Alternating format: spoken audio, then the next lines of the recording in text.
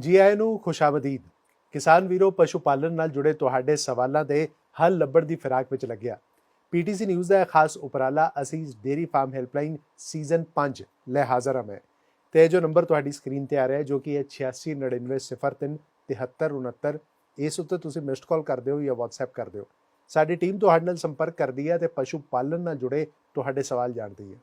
ਤੇ ਅੱਜ ਦਾ ਸਾਡਾ ਵਿਸ਼ਾ ਹੈ ਸੱਜਰ ਸੂਆ ਪ੍ਰਬੰਧਨ ਅਤੇ ਨਿਊਟ੍ਰੀਸ਼ਨ, ਜਿਸ ਬਾਰੇ ਗੱਲ ਕਰਨ ਲਈ ਸਾਡੇ ਨਾਲ ਖਾਸ ਐਕਸਪਰਟ ਮੌਜੂਦ ਨੇ ਡਾਕਟਰ ਪ੍ਰਦੀਪ ਮਹਾਜਨ। ਡਾਕਟਰ ਸਾਹਿਬ ਜੀ ਆਇਆਂ ਨੂੰ, ਮੁੜ ਤੋਂ ਤੁਹਾਡਾ ਬਹੁਤ ਬਹੁਤ ਸਵਾਗਤ ਹੈ। ਸਤਿ ਸ਼੍ਰੀ ਅਕਾਲ ਨਿਖਿਲ ਜੀ। ਡਾਕਟਰ ਸਾਹਿਬ, ਪਹਿਲੇ ਤਾਂ ਇਹੀ ਕਹਿਣਾ ਚਾਹਾਂਗਾ ਕਿ ਹੁਣ ਤੱਕ ਜਦ ਤੁਸੀਂ ਐਪੀਸੋਡ ਦੇ ਵਿੱਚ ਆਏ ਹੋ, ਤੁਹਾਡੇ ਵੱਲੋਂ ਜੋ ਵੀ ਪੁਖਤਾ ਜਾਣਕਾਰੀ ਦਿੱਤੀ ਗਈ ਹੈ ਉਸ ਦਾ ਕਿਸਾਨ ਵੀਰਾਂ ਨੂੰ, ਪਸ਼ੂ ਪਾਲਕਾਂ ਨੂੰ ਕਾਫੀ ਲਾਭ ਮਿਲ ਰਿਹਾ ਹੈ। ਤੇ ਅੱਜ ਦਾ ਜਿਹੜਾ ਵਿਸ਼ਾ ਉਹ ਵੀ ਕਾਫੀ ਅਹਿਮ ਵਿਸ਼ਾ ਜਿਸ ਬਾਰੇ ਵਿਸਤਾਰਪੂਰਵਕ ਅਸੀਂ ਚਰਚਾ ਕਰਨੀ ਹੈ। ਪਹਿਲੇ ਤੇ ਇਹ ਜੋ ਵਿਸ਼ਾ ਹੈ ਥੋੜਾ ਜਿਹਾ ਚਾਹਾਂਗੇ ਕਿ ਇਸ ਬਾਰੇ ਤੁਸੀਂ ਵਿਸਤਾਰ ਨਾਲ ਦੱਸੋ। ਸੱਜਰ ਸੂਆ ਜੋ ਪ੍ਰबंधन है वो की है, तो उस विच न्यूट्रिशन की है, थोड़ा जा उस बारे जानकारी दें। बिल्कुल निखिल जी, जैसे हम देखते हैं कि ड्राई पीरियड जो काविंग के सोने के पहले जब गाय दूध नहीं दे रही है और फिर सोने के बाद अचानक दूध शुरू करती है, इस पीरियड को जो बदलाव आता है, इसलिए हम उस पीरियड को कहते हैं ट्रांजिशन पीरियड। तो अभी ट्रांजिशन पीरियड हम मानते हैं कि सोने के 21 दिन पहले और उसके 21 दिन बाद, ये जो पूरा पीरियड है उसको ट्रांजिशन पीरियड कहते हैं। इसके एक्चुअली हम दो भाग कर सकते हैं। एक सोने के पहले का, जिसको हम कहेंगे क्लोजअप पीरियड, जो डिलीवरी के नज़दीक आ रही है गाय, तो इसको क्लोजअप पीरियड कहेंगे। लेकिन डिलीवरी होने के इमीडिएट बाद का जो पीरियड है उसको फ्रेश पीरियड, फ्रेश काऊ कहते हैं। तो तकरीबन 0 डे, जिस दिन डिलीवरी हुई उससे 21 या 30 दिन तक गाय में बहुत सारे बदलाव फिर से चलते रहते हैं। इसको हम फ्रेश पीरियड कहते हैं, जिसकी हमने बात की। तो अभी डिलीवरी के बाद में हमें गाय के ख्याल बहुत रखने पड़ते हैं। उसमें बहुत सारे प्रॉब्लम भी आ सकते हैं। एक तो सबसे कॉमन शुरू में आने वाले हैं रिटेन प्लासेंटा, जहर का फंसना, या मेट्राइटिस, बच्चेदानी का इन्फेक्शन, फिर मिल्क फीवर, कीटोसिस, एसिडोसिस। ये सब चीज़ें हमने ज़रूर दिमाग में रखनी चाहिए। जितनी पशु ज़्यादा दूध दे रहे हैं उतने ये प्रॉब्लम भी ज़्यादा आ सकते हैं। यही कारण है कि इस पीरियड में हमने ज़्यादा से ज़्यादा मैनेजमेंट के तरीके अपनाने चाहिए, ताकि दूध जो चाहिए हमें वो बढ़ता रहे, पीक ज़्यादा अच्छा बढ़िया मिले और ये प्रॉब्लम्स भी ना हो। बिल्कुल डॉक्टर साहब, क्योंकि बहुत अहम विषय इस करके है क्योंकि जे प्रोडक्शन नहीं ਵਧੇਗਾ तो किसान की जेब के उत्ते जिस तरीके ਨਾਲ डाका पएगा वो आर्थिक पक्षों ਜਿਹੜਾ ਉਹ कमज़ोर हो जाएगा, मुनाफे का सौदा वो नहीं रह जाएगा। तो इस करके इस बारे जो जो डॉक्टर साहब कह रहे हैं वो सारिया गल्लां ते किसान वीरों, पशु पालकों तुहाडा ध्यान देना बहुत ज़्यादा जरूरी है। ਜਿਹੜੀ समस्यावां ਦਾ ਤੁਸੀਂ ਜ਼ਿਕਰ ਕੀਤਾ ਉਹ चिंता ਦਾ ਵਿਸ਼ਾ ਤੇ है ही है, पर ਉਹਨਾਂ ਸਮੱਸਿਆਵਾਂ ਨਾਲ ਕਿਵੇਂ ਨਜਿੱਠਿਆ ਜਾ ਸਕਦਾ ਹੈ, थोड़ा ਜਿਹਾ ਉਸ ਬਾਰੇ भी ਦੱਸੋ जी। जैसे मैंने कहा, सबसे पहले काविंग के इमीडिएट बाद जो दिख सकता है वो है रिटेन प्लासेंटा, जहर का फंसना, और मेट्राइटिस, जो इन्फेक्शन बच्चादानी का होता है वो। तो इन दोनों का हल तो है ड्राई पीरियड में। ड्राई पीरियड में अगर हम ख्याल रखेंगे, BCS मेंटेन रखेंगे गाय का, उसको एनर्जी कम नहीं पड़ने देंगे, तो रिटेन प्लासेंटा का हम बहुत अच्छे तरीके से प्रिवेंट कर सकते हैं। वो ना आए उसके बारे में कोशिश कर सकते हैं। रिटेन प्लासेंटा एनर्जी स्टेटस गाय का और कुछ मिनरल्स इस पे डिपेंड करता है। मेट्राइटिस फिर से एनर्जी और इम्यूनिटी अगर गाय की अच्छी बनी है तो फिर इन्फेक्शन होने के चांसेस कम हो जाते हैं। इसके बाद के पीरियड में हम जो देखते हैं कि मिल्क फीवर, कैल्शियम डेफिशिएंसी और कीटोसिस, ये कहीं ना कहीं इस चीज़ से जुड़े हैं कि गाय जब डिलीवरी के बाद अचानक दूध देना शुरू करती है और अच्छी गाय जो है बहुत फास्ट दूध में बढ़ती जाती है और हम पीक आने तक ये दूध बहुत फास्ट बढ़ता है जबकि उसका खाना जो ड्राई मैटर इनटेक है वो उस रेट से नहीं बढ़ता।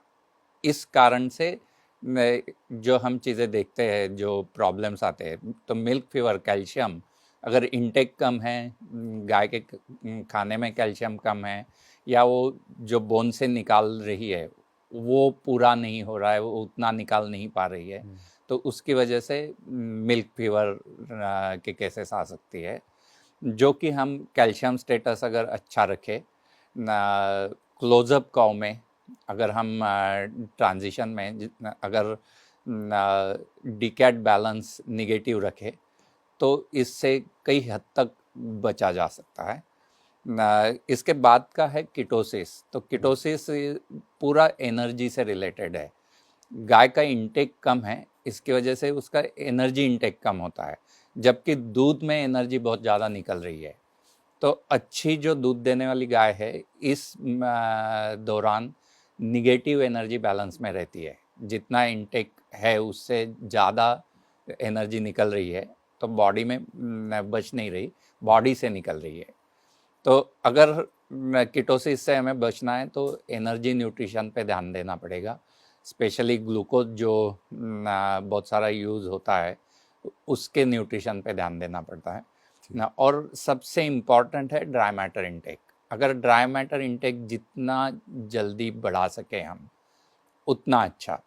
तो जैसे एकदम शुरू में डिलीवरी के इमीडिएट बाद जितने जल्दी हम पानी और फीड गाय को देंगे, मेरे ख्याल से उससे ड्राई मैटर इनटेक बढ़ने में और वो दूध के साथ बढ़ता जाने में मदद होती है। तो मेरे ख्याल से ड्राई मैटर इनटेक पे हमने बहुत ध्यान देना ਜ਼ਰੂਰੀ ਹੈ। ਇਹ ਤੇ ਡਾਕਟਰ ਸਾਹਿਬ ਮੈਨੂੰ ਲੱਗਦਾ ਕਿ ਕਿਸਾਨ ਵੀਰਾਂ ਦੇ ਮਨ ਵਿੱਚ ਇਹ ਸਵਾਲ ਜ਼ਰੂਰ ਹੋਵੇਗਾ ਕਿ ਸੂਣ ਤੋਂ ਕਿੰਨੇ ਸਮੇਂ ਦੇ ਵਿੱਚ ਜਿਹੜਾ ਪਸ਼ੂ ਹੈ ਉਹ ਪੀਕ ਤੇ ਆ ਜਾਂਦਾ ਤੇ ਪੀਕ ਦੇ ਵਿੱਚ ਲਿਆਉਣ 'ਚ ਉਹ ਫੀਡ ਦਾ ਜਿਹੜਾ ਰੋਲ ਹੈ, ਡਾइट ਦਾ ਜਿਹੜਾ ਰੋਲ ਹੈ ਉਹ ਕੀ ਰਹਿੰਦਾ? बहुत बड़ा रोल है। एक तो हम कॉमनली देखते हैं 35 से 45 दिनों में बहुत गाय पीक पे आ जाती है, लेकिन ज़रूरी नहीं कि 45 दिनों में ही आए। कुछ गाय को 60 दिन या उससे भी ज़्यादा लग सकते हैं। ये डिपेंड करता है गाय और उसके जेनेटिक्स पे। हम ज़रूर उसके जो हम खिला रहे हैं उसका रख रखाव कर रहे हैं, उससे हम ज़रूर ये इंश्योर कर सकते हैं कि वो पीक पे जब पहुँचे तो ज़्यादा प्रोडक्शन हमें मिले, क्योंकि जो पीक प्रोडक्शन है वो डायरेक्टली जुड़ा हुआ है total lactation yield, total lactation में कितना दूध मिलेगा इससे। तो जितना हम ज़्यादा पीक ले सकते हैं उतना ही फिर लैक्टेशन में दूध ज़्यादा मिलेगा। तो इसलिए खाने में मैं ये कहूँगा कि सबसे पहले हमने ध्यान देना चाहिए ड्राई मैटर इनटेक के बाद, वो है डाइजेस्टिबल फाइबर। अगर हम अच्छा आसानी से डाइजेस्ट होने वाला फाइबर गाय को खिलाएंगे तो बहुत ज़्यादा एनर्जी गाय उससे भी डराइव कर लेगी। और एनर्जी न्यूट्रिशन के लिए फिर हमें जो फीड देना पड़ता है, ग्रेन्स देने पड़ते हैं जिसमें स्टार्च है, वो तो देना ही होगा, लेकिन उसको एक लिमिट में अगर हम रखें तो फिर गाय एसिडोसिस में नहीं जाएगी। तो इसलिए फिर डाइजेस्टिबल फाइबर पे जोर देना ज़रूरी है। ड्राई मैटर इनटेक जितना हम बढ़ाएंगे उतना हम पीक ज़्यादा ले पाएंगे। ਬਿਲਕੁਲ ਡਾਕਟਰ ਸਾਹਿਬ ਵੱਲੋਂ ਬਹੁਤ ਹੀ ਵਿਸਤਾਰਪੂਰਵਕ ਜਾਣਕਾਰੀ ਜਿਹੜੀ ਉਹ ਦਿੱਤੀ ਜਾ ਰਹੀ ਹੈ, ਪਰ ਇੱਥੇ ਵੇਲੇ ਡਾਕਟਰ ਸਾਹਿਬ ਇੱਕ ਛੋਟੇ ਜਿਹੇ ਬ੍ਰੇਕ ਦਾ ਹੈ ਤੇ ਬ੍ਰੇਕ ਤੋਂ ਬਾਅਦ ਕਿਸਾਨ ਵੀਰਾਂ ਦੇ ਜਿਹੜੇ ਸਵਾਲ ਹੈ ਉਹ ਅਸੀਂ ਤੁਹਾਡੇ ਤੱਕ ਪਹੁੰਚਾਵਾਂਗੇ।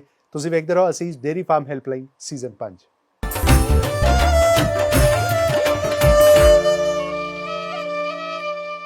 ਬ੍ਰੇਕ ਤੋਂ ਬਾਅਦ ਤੁਹਾਡਾ ਸਵਾਗਤ ਹੈ। ਤੁਸੀਂ ਵੇਖ ਰਹੇ ਹੋ ਅਸੀਸ ਡੇਅਰੀ ਫਾਰਮ ਹੈਲਪਲਾਈਨ ਸੀਜ਼ਨ 5 ਤੇ ਅੱਜ ਦਾ ਸਾਡਾ ਵਿਸ਼ਾ ਹੈ ਸੱਜਰ ਸੂਆ ਪ੍ਰਬੰਧਨ ਅਤੇ ਨਿਊਟ੍ਰੀਸ਼ਨ, ਜਿਸ ਬਾਰੇ ਗੱਲ ਕਰ ਰਹੇ ਨੇ ਡਾਕਟਰ ਪ੍ਰਦੀਪ ਮਹਾਜਨ। ਡਾਕਟਰ ਸਾਹਿਬ ਹੁਣ ਤੱਕ ਬਹੁਤ ਹੀ ਵਿਸਤਾਰਪੂਰਵਕ ਤੁਸੀਂ ਜਾਣਕਾਰੀ ਦਿੱਤੀ ਹੈ ਤੇ ਅੱਜ ਦੇ ਵਿਸ਼ੇ ਮੁਤਲਕ ਜੋ ਸਵਾਲ ਨੇ ਉਹ ਕਿਸਾਨ ਵੀਰਾਂ ਦੇ ਵੀ ਸਾਡੇ ਤੱਕ ਪਹੁੰਚੇ ਨੇ, ਉਹ ਕੀ ਨੇ ਉਹ ਵੀ ਜਾਣਦੇ ਹਾਂ। ਪਹਿਲੇ ਕਿਸਾਨ ਵੀਰ ਸਾਡੇ ਨਾਲ ਜੁੜ ਚੁੱਕੇ ਨੇ, ਉਹਨਾਂ ਦਾ ਸਵਾਲ ਕੀ ਹੈ? ਹਾਂਜੀ, ਕੀ ਨਾਂ ਜੀ ਤੁਹਾਡਾ, ਕਿੱਥੋਂ ਬੋਲ ਰਹੇ ਹੋ? ਡਾਕਟਰ ਸਾਹਿਬ ਮੈਂ ਗਾਵਾ ਸਿੰਘ ਪਿੰਡ ਪੁਰਜੋਇਮਾ। ਆਪਣੇ ਇੱਥੇ ਗਾਈਆਂ ਦਾ ਇਨਟੇਕ ਬਹੁਤ ਘੱਟ ਆ ਰਿਹਾ ਤੇ ਨਾਲ ਹੀ ਆਪਣਾ ਬਲੱਡ ਪੋਟੈਸ਼ੀਅਮ ਵੀ ਬਹੁਤ ਘੱਟ ਆ ਰਿਹਾ, ਇਹਦਾ ਕੋਈ ਆਪਸ ਵਿੱਚ ਕਨੈਕਸ਼ਨ ਹੈ? बिल्कुल सवाल अच्छा है और कनेक्शन ज़रूर है। अगर हम अच्छा प्रोटीन ग्रास, अगर जिस घास से प्रोटीन मिल रहा है, जैसे कि राय ग्रास है या ल्यूसन है, अल्फाल्फा, बरसीम है, ऐसे घास अगर हम खिला रहे हैं तो उसमें से पोटेशियम की अधिक मात्रा में गाय को मिल जाता है। तो इसलिए आमतौर पे पोटेशियम की डेफिशिएंसी है और उसका लेवल ब्लड में गिरना कॉमन नहीं है, लेकिन ये ज़रूर देखा जाता है। तो हमने जिसका जिक्र किया वो है कीटोसिस। कीटोसिस में गाय खाना छोड़ देती है, बहुत कम खाना शुरू करती है। अगर इंटेक ही कम है तो पोटेशियम लेवल ब्लड में कम हो सकती है, तो इसका कनेक्शन ज़रूर है। और अगर प्रोटीन घास नहीं है तो इसका इंसिडेंस ज़्यादा हो सकता है। वैसे ही कीटोसिस में कई बार हमें ट्रीटमेंट करनी पड़ती है। ट्रीटमेंट का एक हिस्सा होता है कॉर्टिकोस्टेरॉइड। तो जिनका मिनरलो कॉर्टिकॉइड एक्शन है, ऐसे कॉर्टिकोस्टेरॉइड मिनरल्स के मेटाबॉलिज्म में अंतर डालते हैं, फ़र्क करते हैं, और ऐसे कॉर्टिकोस्टेरॉइड फिर पोटेशियम लेवल कम करते हैं। तो खाने से और ये ट्रीटमेंट से इसका ज़रूर ताल्लुक है। ਬਿਲਕੁਲ, ਮੈਨੂੰ ਲੱਗਦਾ ਕਿ ਤੁਸੀਂ ਡਾਕਟਰ ਸਾਹਿਬ ਦੇ ਜਵਾਬ ਨਾਲ ਮੁਤਮਈਨ ਹੋਣਗੇ ਤੇ ਅਗਲੇ ਕਿਸਾਨ ਵੀਰ ਜੋ ਨੇ ਡਾਕਟਰ ਸਾਹਿਬ ਉਹ ਵੀ ਸਾਡੇ ਨਾਲ ਜੁੜ ਚੁੱਕੇ ਨੇ, ਉਹਨਾਂ ਦਾ ਸਵਾਲ ਕੀ ਹੈ ਉਹ ਜਾਣਦੇ ਆ। ਹਾਂਜੀ, ਕੀ ਨਾਂ ਹੈ ਜੀ ਤੁਹਾਡਾ, ਕਿੱਥੋਂ ਬੋਲ ਰਹੇ ਹੋ? ਸਤਿ ਸ਼੍ਰੀ ਅਕਾਲ ਡਾਕਟਰ ਸਾਹਿਬ। सत श्रीकाल। ਡਾਕਟਰ ਸਾਹਿਬ ਲਵਜੀਤ ਬੇਨਤੀ ਕਰ ਰਹੇ ਹਾਂ ਜੀ, ਸੁਖਮਨੀ ਡੇਅਰੀ ਫਾਰਮ ਆਵਾ ਫਾਜ਼ਿਲਕਾ ਤੋਂ। ਡਾਕਟਰ ਸਾਹਿਬ ਛੋਟਾ ਜਿਹਾ ਸਵਾਲ ਸੀ, ਜਿਹੜਾ ਸਾਡੇ ਐਨੀਮਲ ਦਾ ਡਰਾਈ ਪੀਰੀਅਡ ਆ, ਚੰਗੇ ਦੁੱਧ ਵਾਲੇ ਪਸ਼ੂਆਂ ਦਾ ਡਰਾਈ ਪੀਰੀਅਡ ਕਿੰਨਾ ਕੁ ਹੋਣਾ ਚਾਹੀਦਾ? ਮਤਲਬ ਘੱਟੋ ਘੱਟ ਕਿੰਨਾ ਹੋਣਾ ਚਾਹੀਦਾ ਜਾਂ ਵੱਧ ਤੋਂ ਵੱਧ ਕਿੰਨੇ ਦਿਨ ਹੋਣਾ ਚਾਹੀਦਾ? ਕੀ ਇਹਨੂੰ ਦੁੱਧ ਜਾਂ BCS ਦੇ ਹਿਸਾਬ ਨਾਲ ਵੱਧ ਘੱਟ ਕਰਨਾ ਚਾਹੀਦਾ? ਦੂਜੀ ਚੀਜ਼ ਹੈਗੀ ਹੈ ਵੀ ਨੈਕਸਟ ਲੈਕਟੇਸ਼ਨ 'ਚ ਕਿੰਨਾ ਕੁ ਅਸਰ ਪਾ ਸਕਦਾ ਜੇ ਇਹ ਪ੍ਰੋਪਰਲੀ ਮੈਨੇਜ ਨਹੀਂ ਹੁੰਦਾ ਤਾਂ? आपने कहा कि ये छोटा सवाल है, मैं नहीं मानता छोटा है, बहुत इम्पॉर्टेंट सवाल है और बहुत रिसर्च इस पे हो चुकी है।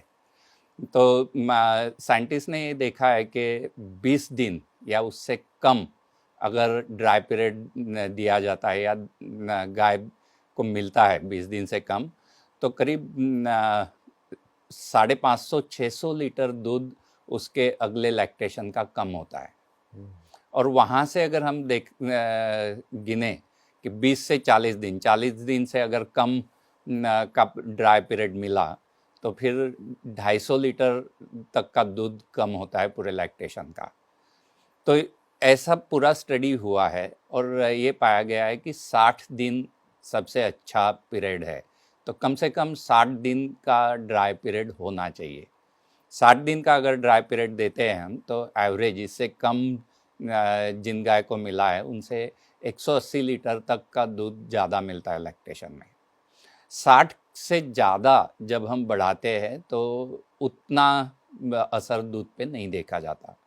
तो इसलिए 60 दिन मेरे ख्याल से ड्राई पीरियड होना चाहिए।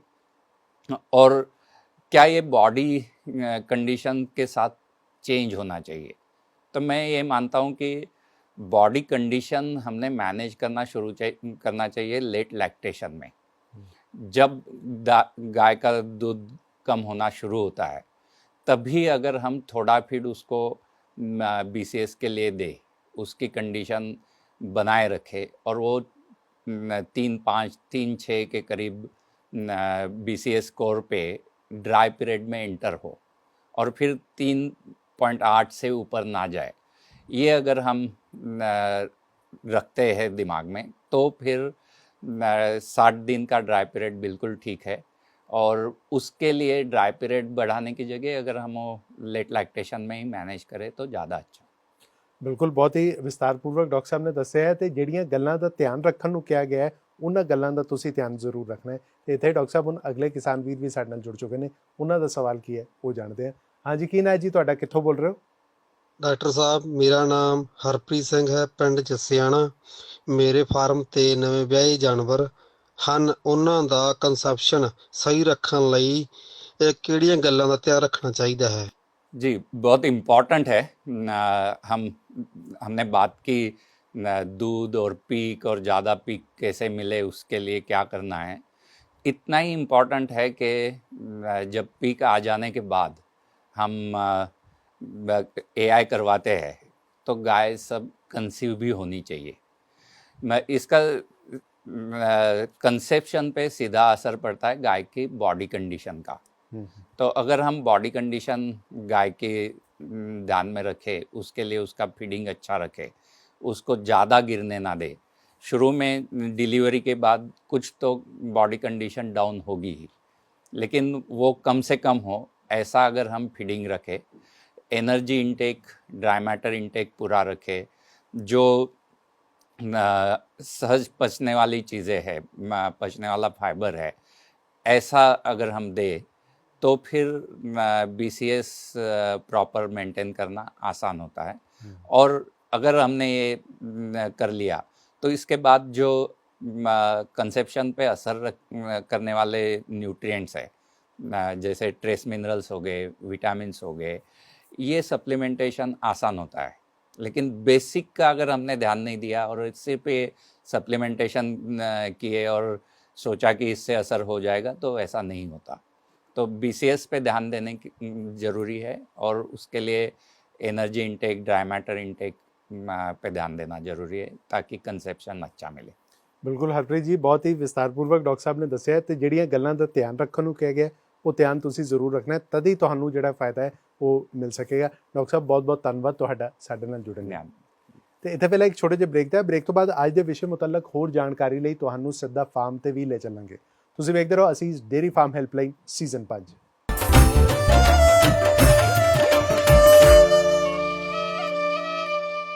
ਬ੍ਰੇਕ ਤੋਂ ਬਾਅਦ ਤੁਹਾਡਾ ਸਵਾਗਤ ਹੈ। ਤੁਸੀਂ ਵੇਖ ਰਹੇ ਹੋ ਅਸੀਸ ਡੇਅਰੀ ਫਾਰਮ ਹੈਲਪਲਾਈਨ ਸੀਜ਼ਨ 5 ਤੇ ਅੱਜ ਦਾ ਸਾਡਾ ਵਿਸ਼ਾ ਹੈ ਸੱਜਰ ਸੂਆ ਪ੍ਰਬੰਧਨ ਅਤੇ ਨਿਊਟ੍ਰੀਸ਼ਨ, ਜਿਸ ਬਾਰੇ ਹੋਰ ਜਾਣਕਾਰੀ ਲਈ ਅਸੀਂ ਤੁਹਾਨੂੰ ਸਿੱਧਾ ਫਾਰਮ ਤੇ भी ले चलते हैं। ओवर टू यू डॉक्टर साहब। किसान साथियों, जैसे कि हम आज एक बहुत ही महत्वपूर्ण टॉपिक पे डिस्कस कर रहे हैं, fresh cow management and nutrition. Doctor साहब ने बहुत अच्छे तरीके से समझाया है।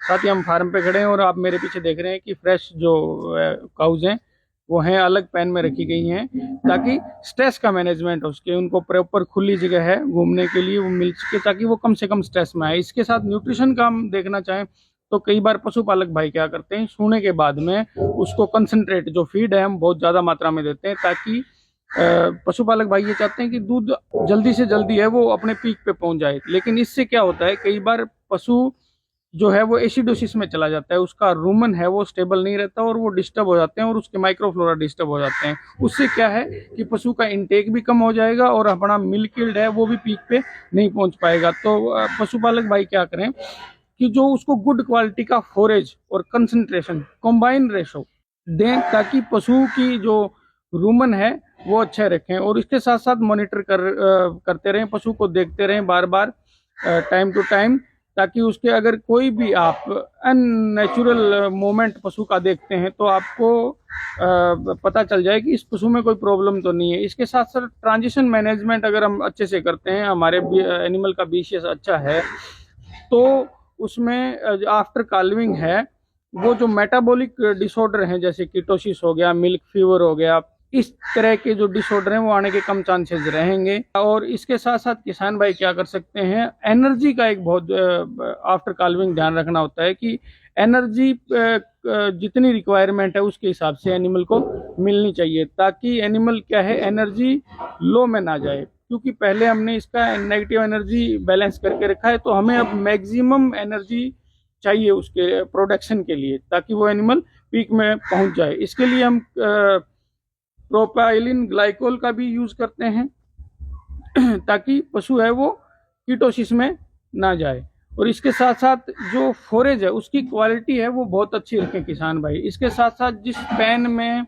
जो फ्रेश काऊ हैं उनको कम से कम दिन के 22 घंटे फ्रेश फीडिंग या फ्रेश जो TMR है वो उपलब्ध रहना चाहिए। इसके साथ साथ टोटल ड्राई मैटर का, अगर पशुओं का आपको लग रहा है कि थोड़ा BCS कम है, तो हम ड्राई मैटर के 1 से 2% तक, 1 से 2% तक जो बाईपास फैट है वो भी दे सकते हैं। तो इस तरीके से हम जो फ्रेश काऊ हैं इनकी न्यूट्रिशन का ध्यान रखेंगे, ताकि वो किसी भी मेटाबॉलिक डिसऑर्डर में ना जाएं और एनिमल हमारे हैं जो दूध के पीक तक पहुँचे। धन्यवाद। ਬਹੁਤ ਬਹੁਤ ਧੰਨਵਾਦ ਤੁਹਾਡਾ ਇਸ ਸਾਰੀ ਜਾਣਕਾਰੀ ਲਈ। ਤੇ ਇਹ ਜੋ ਨੰਬਰ ਤੁਹਾਡੀ ਸਕਰੀਨ ਤੇ ਆ ਰਿਹਾ ਜੋ ਕਿ 8699037369, ਇਸ ਉੱਤੇ ਮਿਸਡ ਕਾਲ ਕਰਨੀ ਜਾਂ WhatsApp ਕਰਨਾ ਨਾ ਭੁੱਲਿਓ। ਸਾਡੀ ਟੀਮ ਤੁਹਾਡੇ ਨਾਲ ਸੰਪਰਕ ਕਰੇਗੀ ਅਤੇ ਪਸ਼ੂ ਪਾਲਣ ਨਾਲ ਜੁੜੇ ਤੁਹਾਡੇ ਸਵਾਲ ਜਾਣੇਗੀ। ਫਿਲਹਾਲ ਆਪਣਾ ਤੇ ਆਪਣੇ ਪਸ਼ੂਆਂ ਦਾ ਚੰਗੀ ਤਰ੍ਹਾਂ ਧਿਆਨ ਰੱਖਿਓ। ਦਿਓ ਇਜਾਜ਼ਤ, ਰੱਬ ਰਾਖਾ।